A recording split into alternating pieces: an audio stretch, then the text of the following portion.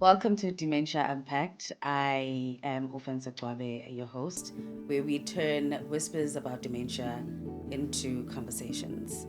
I am not a medical expert.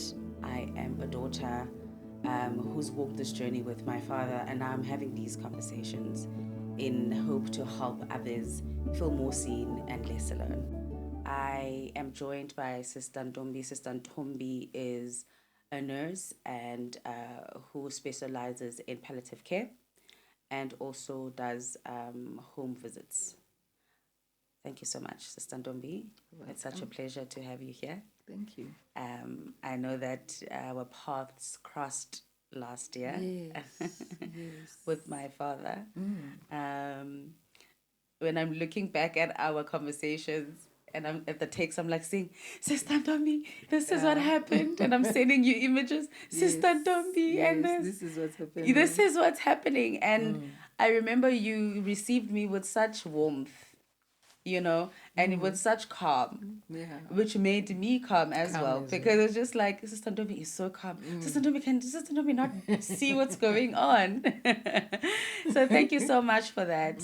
It really helps when you're in a situation that is not so normal, and you're experiencing it for the first time, and you're trying to figure it out as well, and then you come across the likes of you in your field of work where maybe you even not intending to bring the calm, but it's just there because you know what you're dealing with and you've been dealing with families for a very long time. For people that do not know about dementia, what would the world look like where dementia is talked about openly and without stigma? Okay. There'll be more acceptance of the disease itself, in the fact that the the people will be having knowledge of what they're dealing with, especially the caregiver as well. The caregiver who's got knowledge, then that makes a difference, because they will readily accept the person. There will be more support and inclusion of the people dealing with it. It's not only the patient that is dealing with it, more or less the patient than the people around the patient. So there'll be more support and inclusion. There'll be improved quality of life for both the patient and the caregiver. The patient and the caregiver and the family. Because they know what to go about. There's more knowledge. There's more communication as well. There should be more communication, just to make sure that at least they are all on the right track. There's a chance for early diagnosis when people know that they know the signs. They can pick the signs up very easily or quicker rather. Then, the early onset of early the diagnosis illness is made. Yes. And as a nurse, I assume that you have walked into different homes. Definitely. Different homes where it's either someone comes across as knowing about the illness, but then you have to step in and say, no, this is actually how you do things.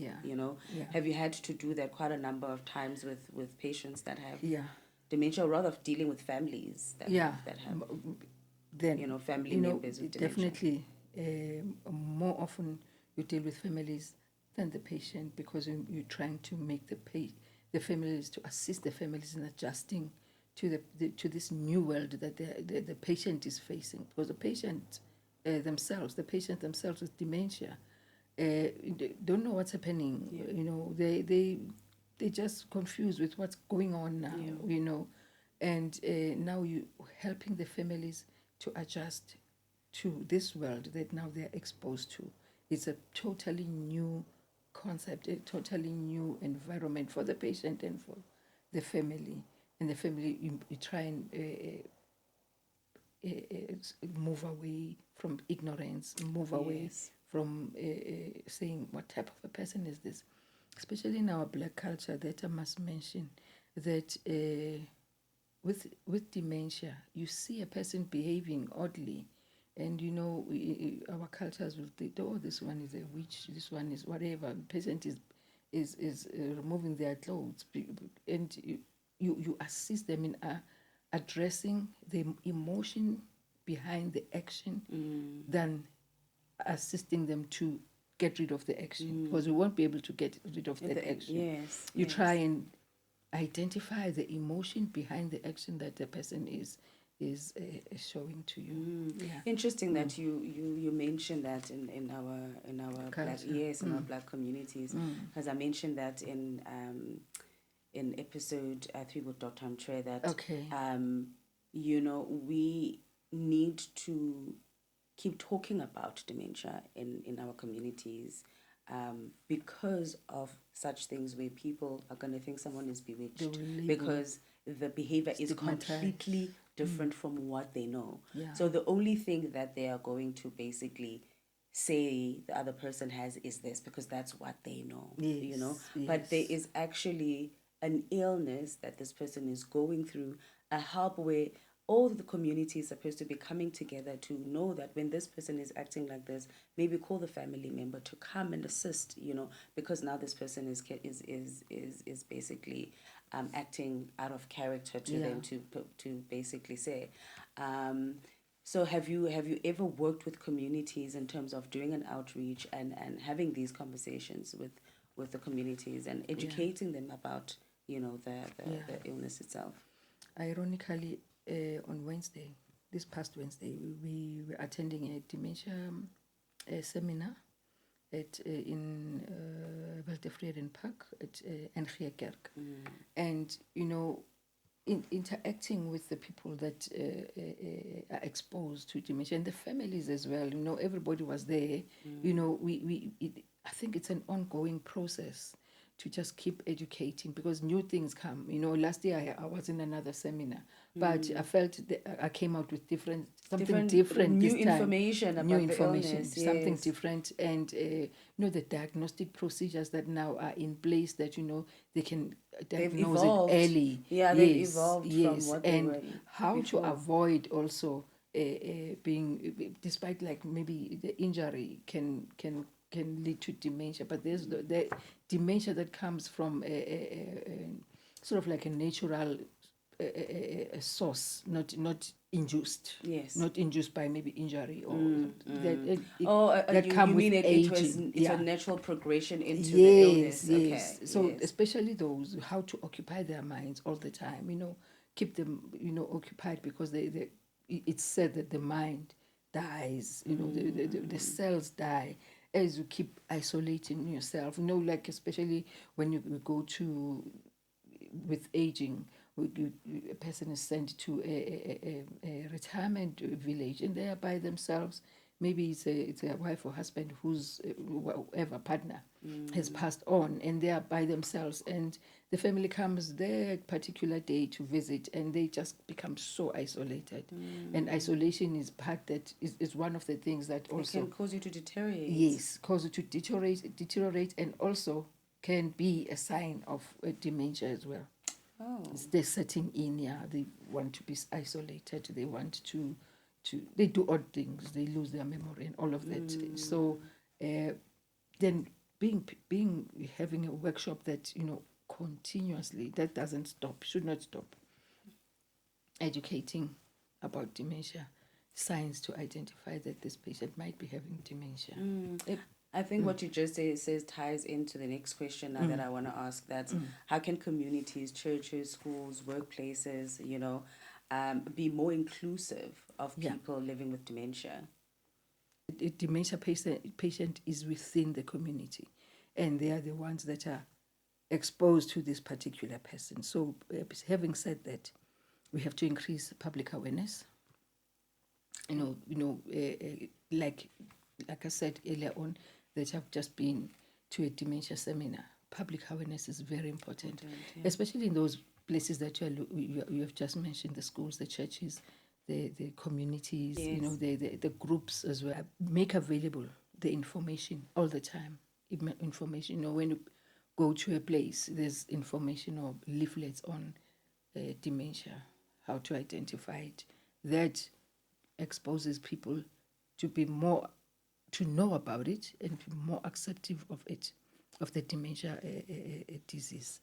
And provide dementia-friendly environments, which are environments where you will have pictures more than signs, more than words. Or like a written sign. More than a written sign. We have pictures instead, and to accommodate the people living with dementia. Then when they look at the picture, they relate it to a certain procedure, a certain place. Maybe a picture of this is a toilet. They relate it to that. That is where again, when I want to relieve myself, something like that. Make the environment dementia friendly. That's interesting. I've never thought about it that way. The environment, if it can be dementia friendly, it must not be also, it must not be offensive or threatening towards a dementia person. It must be normal and friendly. No noise, no aggression, nothing that can stimulate the dementia patient's mind and eventually change the patient's behavior. Yes, because I think we have a very long way to go, with the suggestions that you are basically putting on the table. This story is not funny now, but I mean I'm saying then it was not funny, but now I sit and I laugh about it. So when I went to Cape Town to go take my dad to come live with us, because I was the primary caregiver for him. My dad was in the flight with me, and he was quiet all the way. We were driving from where we were to the airport. We get assistance with the wheelchair. He got into the flight. And as we sat down, Sister Ntombi, Tata starts screaming. This reminds me of something. He started screaming. I'll send you that clip about a patient with dementia. Yes. In a flight. Yes. Okay. He started screaming and saying, "She's kidnapping me! Help me!" Oh my goodness. The entire row from row 18 to 1 literally turned and looked at me. That was at that moment where I was like, there's nothing that can ever embarrass me in life from now on, because nothing. I am so overwhelmed. Yes. I don't know what to do. You don't know what to say. And I don't know what to say. What are you doing to the poor man? These people will be thinking, what's happening with this girl? So he kept on screaming all the way, she is kidnapped, and I was trying to calm him down, and I didn't know. And at this point, I think my father and I, at that point, were strangers. Yeah. I was a complete stranger. He did not know who I am. I'm approaching it as this is my father. But for him, in his cognitive state at that moment, I'm a complete stranger who just took him from his home. Definitely. And basically flying with him somewhere foreign. Wow. So that's how I was like, that funny. Sounds so familiar, eh? So it sounds, you that exactly the picture I saw, exactly what you are saying, the experience that you had in the plane. Yeah. That was the moment. If someone would ask me, that was the moment where I was like, yeah, this is big. This is not something light. It's not something light. It's not something light at all. On this platform, or rather with Dementia Unpacked, and what I'm trying to basically advocate is making dementia normal. And I know when we had a conversation, you were like, no, it's not a normal illness. It's not a normal disease. It's a disease that people should understand, Yeah. And I guess to correct myself or to basically elaborate as to where I was coming from, it was mostly to say making it normal, to normalize having conversations about it. True. True. Because as I would say when I open up the show and say, I'm Ofentse, I'm your host today, where we turn whispers of dementia into conversation. Let's continue talking about it. Let's continue having, in a way that's normalizing. Yes, let's continue having these outreach and workshops that you were talking about, and the seminars that you basically attend now so often, because things are changing, because times are changing, And, so how would you then, in that conversation of making a dementia normal, what would that look like for you? Okay. increase awareness for it to be able to be towards a normal situation. Yeah. We increase awareness, decrease the stigma, and increase public knowledge about the condition, the symptoms, and give them the places of care, where they can get help. Yes. When they are so much overwhelmed by the situation, they can get help to reach out, be able to reach out, encourage them to reach out, to say, don't think that you are the only one. There's a lot of help out there. You can't sit with it alone. And there's a lot of people out there that's also experiencing the same thing, but they're just also very silent within their own corners. Improving access to services like diagnostic procedures, where you say, here you can go there when you are not sure, you want to know more about dementia, and you feel that they'll be helping you to be able to identify that this is dementia. Diagnosing in time. Early diagnosis is important. Specialized facilities for families, as well for the patient themselves, as well as for dementia to be integrated into national policies. Talk about, be integrated, whatever, when they used to talk about HIV/AIDS, they must let it be part for it of to be that, normalized. Like now, when you talk about HIV/AIDS, it's something normal. Now to it's normal, but back then it wasn't. Yeah. Then the policies must include the needs, the rights of patients living with dementia, and the rights of patients looking, the caregivers of dementia. They should have their own rights as well. And what do they call it? I think it's the invisible patient. Yeah. Yes. Ongoing support. Yes. And ongoing research, because we still need to know more. Yes, we definitely do. Still need to know more. And there are, like on Wednesday, I learned that there are tests that can be done to show an increase in alpha, beta, whatever, in the brain. And then we never knew. We thought that this person is growing old, man. We associate it with old age, and yet it is not. Yes, it's just that it happens during old age, but it's not really associated with old age. In a way, that should normalize the dementia. Yes, and you are quite right. It is associated with old age. Yeah. And people don't know that there is actually early onset. Yeah, there is actually especially early your onset. vascular dementia and your post-injury dementia. Yes, because it looks different. Sad. It looks different for different stages. True. And once we get more educated about it, that's when we can look out for these signs and look out for certain symptoms and have conversations like these. Yes. Whereby you podcast about dementia, you unveil everything that is there to know about dementia. Yes. Inviting people to talk about what their experiences are and what they know about dementia. Because that's part of normalizing it. Yes, because I'm just literally saying I just have to have the conversation.